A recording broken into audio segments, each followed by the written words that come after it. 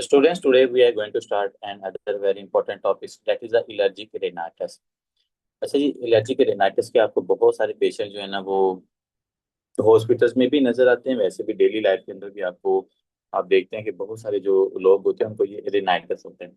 तो आज आप लोगों ने rhinitis कैसे होता है, क्या इसके कॉजेज हैं, कैसे पेशेंट प्रेजेंट करता है, अगर लॉन्ग टर्म एलर्जिक rhinitis हो रहा है उसकी क्या प्रेजेंटेशन है, हमने डायग्नोज कैसे करना है, फिजिकल एग्जामिनेशन में क्या क्या चीजें देखनी है, और एट द एंड आप लोगों ने इसको ट्रीट कैसे करना है। ठीक है, तो एक इंपॉर्टेंट टॉपिक है, चलिए इसको हम स्टार्ट करते हैं। सबसे पहले एलर्जी, एलर्जी का मतलब आपको क्या होता है कि जब भी पेशेंट का इम्यून सिस्टम हाइपर रिस्पॉन्सिव होता है किसी भी एंटीजेंस को लेके, तो उसको हम कहते हैं कि भाई ये बंदे की जो बॉडी है ना ये बड़ी एलर्जिक है। अब अगर हाइपर रिस्पॉन्सिव होने के साथ पेशेंट को साथ रेनाइटिस हो रहा है ना, उसके नोज के अंदर इन्फ्लामेशन हो रही है एलर्जी की वजह से या एलर्जन के साथ एक्सपोजर की वजह से, अगर नोज के अंदर इन्फ्लामेशन हो रही है that is called the allergic rhinitis. So define करते हैं, inflammatory disorder of the nose, inflammatory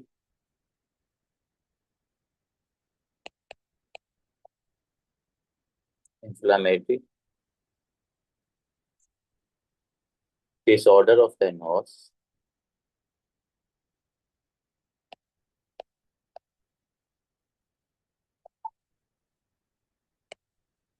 caused by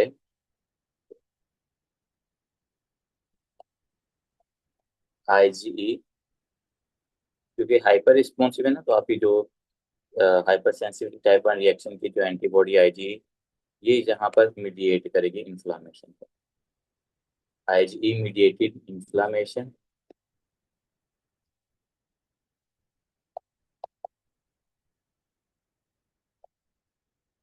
of the nasal mucosa. Nasal mucosa में ये सब कुछ हो कब रहा है, जब हमारे पास एक्सपोजर होता है, एक्सपोजर टू एलर्जीज।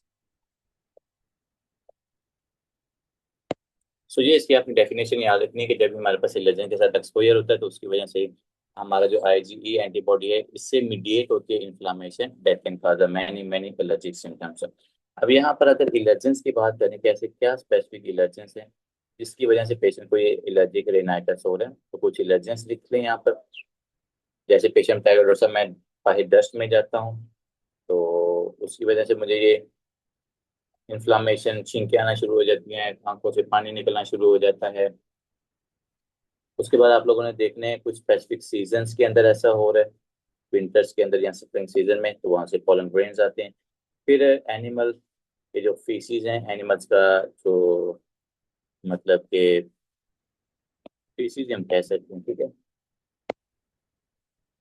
उनसे एक्सपोजर भी एलर्जी करवाता है। फिर हमारे पास जो सबसे इम्पोर्टेंट है ये मोल्ड्स, ये जो स्पोर्स होते हैं ना इनकी वजह से मोस्टली एलर्जिक रेनाइटिस होता है। अब एलर्जिक रेनाइटिस का जो पेशेंट है ये हमारे पास प्रेजेंट कैसे करता है, इसकी दूसरा जरा प्रेजेंटेशन देखना। आप पिक्चर को यहाँ पे देख रहे हो ना, ये देखें, पूरी नेजल कैविटी में कंजेशन हुई पड़ी है, सारी कंजेशन, साथ आंखों में भी रेडनेस नजर आ रही है। ठीक है, अच्छा जी, अब हम बात करते हैं कि सर ये जो पेशेंट है हमारे पास एलर्जिक रेनाइटिस का, इसके क्लिनिकल फीचर्स क्या हैं, what are the clinical features.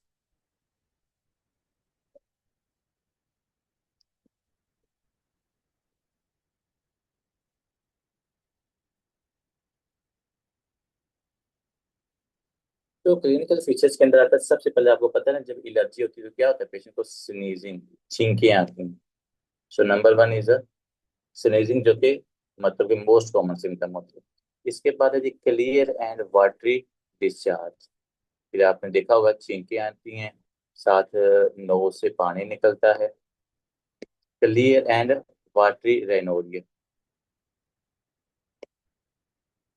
कहते हैं नाक बह रहा है साथ छींकें आ रही हैं।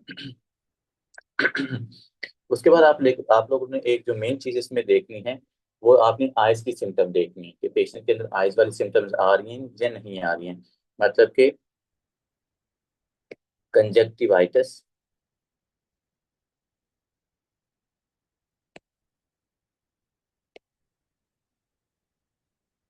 Inflammation of the conjunctiva. फिर उसके बाद आई से वाटी डिस्चार्ज होना।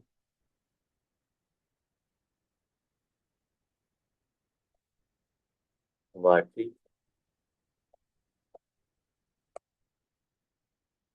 वाटी discharge from the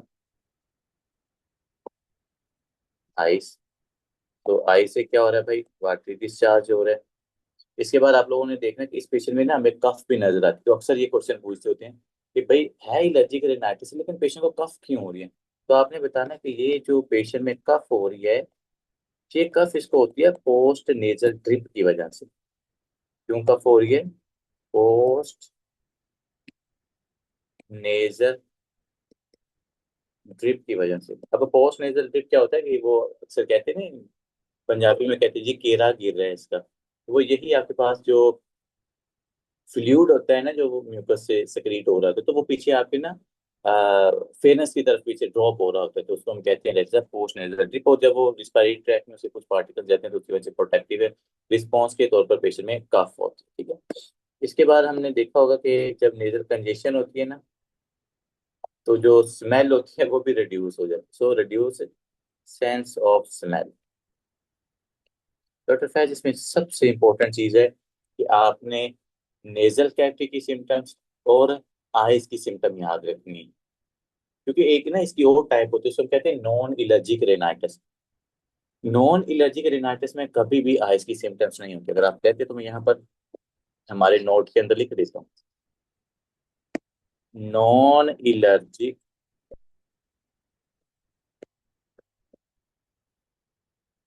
non allergic rhinitis, non allergic rhinitis में क्या हो रहा है? नो आई सिम्टम। मतलब उसको सारा कुछ ही होगा। पेशेंट में नेजल कंजेशन होगी, स्नीजिंग हो रही होगी, रेडनेस हो रही होगी पीछे, लेकिन आइज की सिम्टम नहीं होती। लेकिन ये जो एलर्जिक रेनाइटिस है, यहाँ पर पेशेंट को आइज की सिम्टम आपको जरूर नजर आती है। ठीक है। फिर आप लोगों ने एक और चीज यहाँ पर ऐड करनी है, that is a cobble stone appearance. ये एक दफा पूछा गया है नारी के अंदर।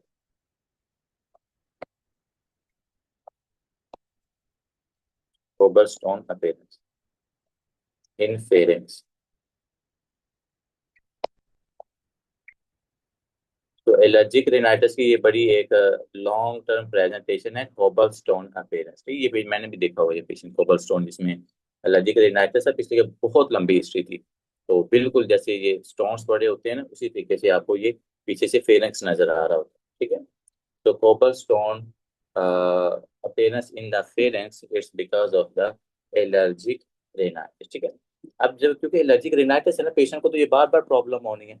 जब पेशेंट को बार बार होनी है तो उसके अंदर कुछ फिजिकल एग्जामिनेशन के अंदर चेंजेस भी नजर आनी है। तो ये आपने फिजिकल एग्जामिनेशन की चेंजेस याद रखनी है यहाँ पर। वो तो ऊपर हो गया, स्नीजिंग है, स्मेल की सेंस खत्म हो गई है, आइज की सिम्टम आ रही है, आंखों से पानी निकल रहा है, कंजक्टिवाइटिस हो रहा है। सो फिजिकल एग्जामिनेशन,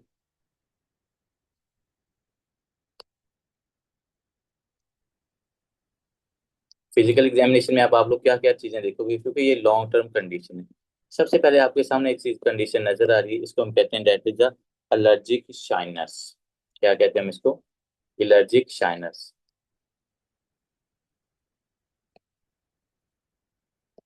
तो जिन लोगों को एलर्जी होती है उनके अंदर हमें ये एलर्जिक शाइनस नजर आती है। ये देखो, ये जो नीचे वेन्स होती है ना, ये वेन्स डायलेट हो जाती है। क्या होता है? एलर्जिक साइनस क्यों होती है? जो वेन्स होती है ना, ये वेन्स डायलेट कर जाती है। तो इनकी डायलेटेशन की वजह से आपको एलर्जिक शाइनस नजर आते हैं। कारण इसको याद रखिए। फिर आते हैं कुछ और फिजिकल एग्जामिनेशन की चेंजेस भी होती हैं, जिसमें हमारे पास आता है ट्रांसवर्स नेजल क्रीज।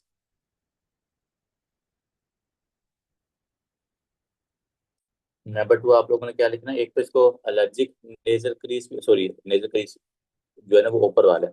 तो नीचे आप लोगों ने देखना है ट्रांसवर्स, इधर भी वो वाली, इधर भी होता है यहाँ पर ना, तो उसको हम कहते हैं ट्रांसवर्स क्रीज। एक ये ऊपर ट्रांसवर्स क्रीज है, एक यहाँ पर भी बनती है ट्रांसवर्स क्रीज। ट्रांसपोस्ट नेजल ट्रांसवर्स क्रीज, और एक ऊपर होती है ट्रांसवर्स नेजल क्रीज है, जो नेजल कैविटी के ऊपर है। ठीक है। तो यहाँ पर आपने लिखना है नेजल ट्रांस नेजर ट्रांसवर्स क्रीज। अब डॉक्टर ये पता क्यों है? क्योंकि आपको जब एलर्जी होती है ना, तो आप बार बार टिश्यू से ऐसे मतलब बार बार यहाँ पे रबिंग कर रहे हो, तो वो रबिंग कर कर कर करके ना ये ऊपर क्रीज बन जाती है, वहां पर ना हाइपर पिगमेंटेशन होती है। So that is called the nasal transverse crease that you can C in this patient. ठीक है। इसके बाद आप लोगों ने एक और चीज यहाँ पे नोटिस करनी है, नेजल कैविटी के अंदर ना एडीमा है, ये भी चीज देख लें। नेजल कैविटी के अंदर आपको एडीमा भी नजर आएगा, जिसको हम कहते हैं नेजल कंजेशन। तो ये टिपिकल चीजें हैं, फिजिकल एग्जामिनेशन में आप लोगों ने हमेशा देखनी होती है। पेशेंट में नेजल क्रीज तो नहीं बनी हुई, पेशेंट में इलर्जिक शाइनस तो नहीं बने हुए, पेशेंट की जो नेजल मिकोजा है उसके अंदर रेडनेस तो नहीं है, वहां पर एडिमा तो नहीं है। ठीक है, ये सारी चीजें आप लोग इस पेशेंट में देखते हैं। अब आगे आते हैं कि सर इस पेशेंट को हमने डायग्नोज कैसे करना, how we can diagnose the patient of allergic rhinitis. So mostly तो ये पेशेंट होता है क्लिनिकली डायग्नोज। कैसे आपने करना है? क्लिनिकल सिम्टम्स की बेस के ऊपर वो आपको कहता है सर, मतलब जब मैं बाहर जाता हूँ तो ये सिम्टम्स आते हैं, तो इसका मतलब ये एलर्जी को हो रही है, उस एलर्जी की वजह से हो रही है। पहले नंबर पर है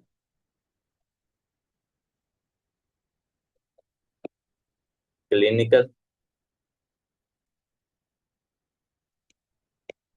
क्लिनिकल सिम्टम्स एंड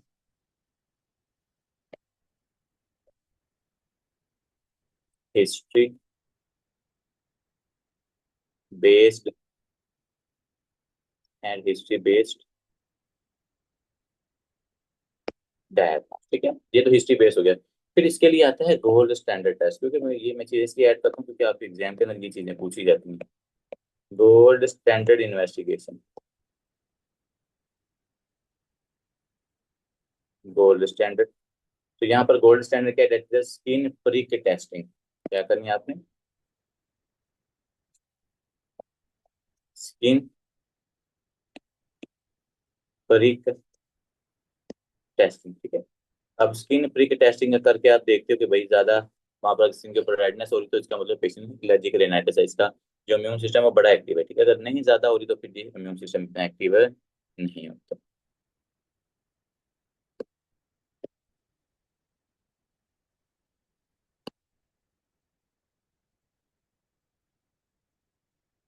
आगे आते हैं कि सर एलर्जिक रेनाइटिस वाला जो पेशेंट है इसको हमने ट्रीट कैसे करना होता है। ये कोई ऐसा नहीं देखें हमने, ये कोई वायरल इंड्यूस नहीं है, ये कोई बैक्टीरियल इंड्यूस नहीं है, ये हाइपर हाइपर रिस्पॉन्सिव है आपके इम्यून सिस्टम की। तो इसलिए फिर आपको जहां पर भी इम्यून सिस्टम को हमने सप्रेस करना होता है, वहां पर आप लोग क्या करते हो, पेशेंट को स्टीरॉइड्स देते हो, और स्टीरॉइड क्या करते हो, उस पेशेंट के इम्यून सिस्टम को सप्रेस करते हैं। ठीक है जी। तो इस पेशेंट्स के अंदर भी हमने इंट्रानेजली क्या करना है, स्टीरॉइड्स देना है। सबसे पहले तो काम हम ये करते हैं, इलर्जन से आप लोगों ने बचना है, हमेशा ये कोशिश करनी है। अगर एलर्जी हो रही है ना, तो इलर्जन से पेशेंट को बचाना है। पहले नंबर पर इलर्जन अवॉइडेंस, इलर्जन अवॉइडेंस मेन चीज ये है, एलर्जन से अवॉइड करो। नंबर टू, आप लोग आ सकते हैं, पेशेंट को आपने क्या देना है, intranasal corticosteroid. Intranasal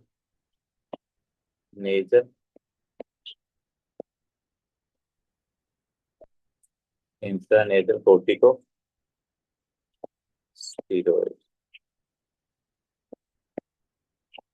even though you can also use the anti histamines भी आप यहाँ पर यूज कर सकते हैं। Even you can use the anti histamine, cetirizine हो गया, ये वाली जो ड्रग्स है ना जो एंटी हिस्टामिन, वो भी आप यहाँ पर यूज कर सकते हैं। ठीक है जी। सो ये था हमारे पास एलर्जिक रिनाइटिस इंपॉर्टेंट टॉपिक्स। अच्छा जी, आप आगे आते हैं, एक और इम्पोर्टेंट टॉपिक है लिरेंजियल पेपिलोमा। डॉक्टर फैज ये क्वेश्चन आया हुआ है पेपिलोमा टोसिस वाला जो है ना, ये आपके एनआरई के अंदर क्वेश्चन आया हुआ, तो इसका ख्याल करना है। लेरेंजियल पेपिलोमा क्या होता है, आप यहाँ पर देखें कि ये तो है लेरेंस। ठीक है, इस लेरेंस के अंदर ऊपर हमें ये वाले पेपिलोमाज नजर आते, you can see. You can see the papillomas. ठीक है, तो इनको हम क्या डिफाइन करेंगे? A disease characterized by the growth of multiple papillomas on the pharyngeal mucosa caused by the HPV, human papilloma virus की वजह से। तो कौन सी टाइप यहाँ पर होती है? 6 और 11। जो 16 और 18 होती है वो सर्वाइकल कैंसर की तरफ जाते हैं। ठीक है, यहाँ पर आपने पहले इसकी अच्छी सी डेफिनेशन लिखनी है। A disease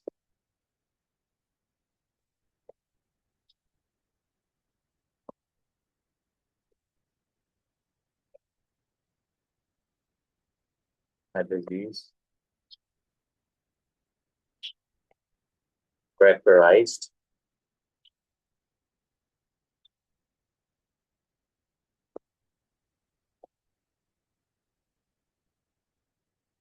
by the growth of multiple multiple papillomas on the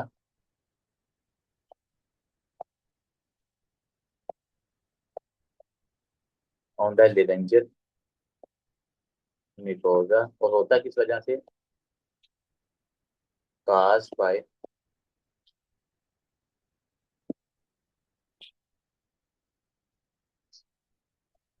HPV। HPV की टाइप 6 और HPV की टाइप क्या है? 11। ये दोनों की वजह से होता है। ठीक है, मल्टीपल पेपिलोमाज आपको यहाँ पर नजर आते हैं। बड़ा कॉमन ये वाला क्वेश्चन पूछा जाता है।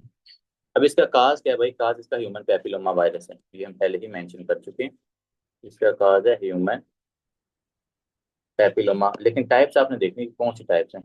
तो स्पेसिफिकली यहाँ पर जो टाइप 6 और 11 है ना, वो यहाँ पर पेशेंट्स के अंदर ये चीज काज करवा दी। अच्छा जी, अब आगे आते हैं कि सर ये जो पेपिलोमा है जो कि एचपीवी की वजह से हो रहा है, तो ये पेशेंट हमारे पास प्रेजेंट एक्चुअली में कैसे करेगा? तो now we are going to discuss the clinical features. तो क्लिनिकल फीचर्स के अंदर आता है कि हमारे पास जो लेरेंजियल पेपिलोमा का पेशेंट है, सबसे पहले चूंकि एक मैश बना हुआ है ना लेरेंस के ऊपर, तो ये पेशेंट आएगा होर्सनेस ऑफ वॉइस के साथ। होर्सनेस ऑफ वॉइस, क्योंकि लेरेंस इन्वॉल्व हो रहा है ना, तो सबसे पहले तो आपकी वॉइस में प्रॉब्लम आएगी। फिर रिस्पिरेटरी ट्रैक इरिटेट हो रहा है तो क्रोनिक कफ, क्रोनिक कफ के साथ आएगा पेशेंट। फिर पेशेंट हमारे पास है चूंकि ऊपर मैश बना हुआ है तो स्ट्राइडर, जाहिर बात ऑब्स्ट्रक्शन भी खास करेगा तो स्ट्राइडर के साथ आएगा। ठीक है, फिर पेशेंट के अंदर आपने याद रखना है कि बार बार पेशेंट को ना रिस्पिरेटरी ऑब्स्ट्रक्शन की सिम्टम्स आ रही हैं। ठीक है, बार बार रिस्पिरेटरी ऑब्स्ट्रक्शन की सिम्टम आ रही है। होर्सनेस ऑफ वॉइस हो गई है, क्रोनिक कफ है, स्ट्राइडर है, बार बार ऑब्स्ट्रक्शन की सिम्टम्स आ रही हैं। ठीक है, ये चीज आपने याद रखना है। लेकिन एक एडिशनल एक चीज है याद करिए कि अगर बच्चे हैं तो उनमें ज्यादा वर्स्ट सिम्टम होगी, और लेकिन अगर एडल्ट है ना तो एडल्ट में ये इतनी सीवियर सिम्टम्स नहीं होते, एडल्ट लेस सीवियर सिम्टम। ठीक हो गया? तो ये चीजें आप लोगों ने इसके अंदर जो इसके क्लिनिकल फीचर्स है ना उसमें याद रखनी है। मेन इसकी टाइप्स के बारे में पूछते हैं और डायरेक्टली पूछ लेते हैं अच्छा जी ये क्या है। ये एनआरई 2 के अंदर पिक्चर रख के भी अक्सर पूछा होता है। अब आगे आते हैं कि सर इस पेशेंट को हमने डायग्नोज कैसे करना है, लेरेंजियल पेपिलोमा वाले पेशेंट को।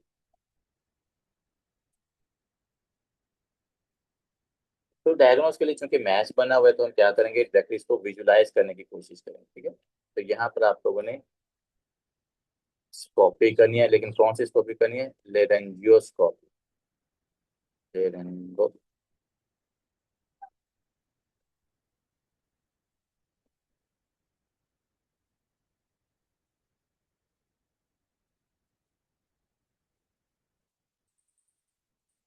लेरेंगोस्कोपी आपने करनी है। इससे लेरेंजियोस्कोपी से डायरेक्ट विजुलाइजेशन हो जाएगी। अच्छा जी, वो देखो कि वहां पर पैपिलोमा बने हुए हैं, डायरेक्ट विजुलाइजेशन। ठीक है, तो उसके बाद even you can do the biopsy. जब आपने डाल ही दिया अंदर मैस, तो आप उसकी बायोप्सी भी है, और बायोप्सी ने एक्सक्लूजन के लिए कि हम ये देखना चाहते कि भाई कहीं ये चले पेपिलोमा को तो पता चल गया, ये ना हो के साथ कोई ना कोई कैंसर बना हो, इसलिए हम एक्सक्लूजन करने के लिए साथ ना बायोप्सी दे ले लेते पेशेंट की। बाकी पेपिलोमा के लिए नहीं है, वो फिजिकल एग्जाम वो वहां पर विजुअलाइजेशन से आपको पता चल जाता है पेशेंट के अंदर पेपिलोमा बना हुआ है। अच्छा जी, आगे आते हैं हम पेशेंट के ट्रीटमेंट की तरफ। How we can treat this patient.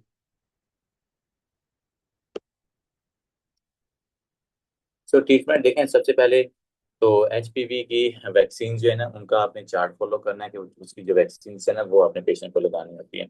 अगर वैक्सीन पूरी है तो फिर चूंकि यहाँ पर मैच बना हुआ है ना, तो हमें इस मैच को रिमूव करना है। क्या करना है आपने?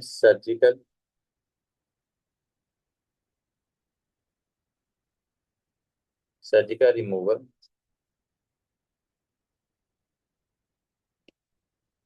Of match.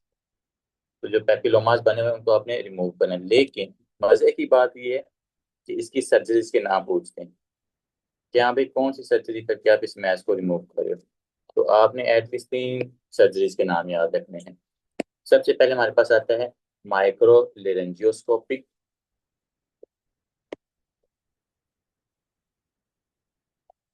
माइक्रो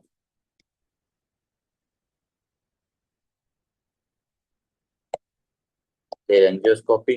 फिर दूसरी सर्जरी है जिसको हम कहते हैं कोल्ड इंस्ट्रूमेंट्स। मतलब ना ये कोल्ड इंस्ट्रूमेंट करके ना उस लियंस को मतलब जलाया जाता है। कोल्ड इंस्ट्रूमेंट ये आपके पास होने चाहिए, ठीक है जी। Cold instrument.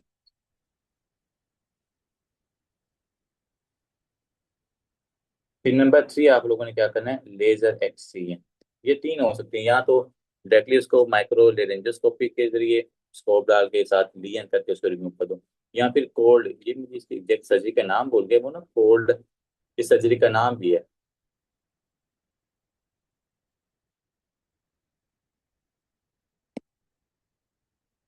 नंबर 3 हमने क्या करना है? लेजर एक्ससीएन। लेजर से एक्ससीएन कर दें, कोल्ड से एक्ससीएन कर दें, ये चीज़ आप यहाँ पर यूज कर सकते हैं, ठीक है। इसके बाद आपने ना एक ड्रग चलानी होती है, इसको रिमूव करने के बाद ना एक ड्रग चलानी होती है। ड्रग का नाम याद रखना है जिसको हम कहते हैं सीडोफोविल। क्या करना आपने यहाँ? सीडोफोविल। ये यूएसएमडी के अंदर पूछा जाता है। ये चलिए जी, हमने पेपिलोमा को तो रिमूव कर दिया, उसके बाद कौन सी ड्रग के ऊपर पेशेंट को चलाना है? तो ये सीडोफोविल ड्रग है, ठीक है। सो यहाँ पर आपका लेरेंजियल पेपिलोमा भी हो गया है, यहाँ पर आप लोग का एलर्जिक रेनाइटिस, ठीक है। दो इंपॉर्टेंट टॉपिक्स आपके अल्हम्दुलिल्लाह ये एंटी पोर्शन के यहाँ पर कवर होते हैं, ठीक है। बाकी इंशाल्लाह हम कंटिन्यू करेंगे नेक्स्ट लेक्चर में। ओके।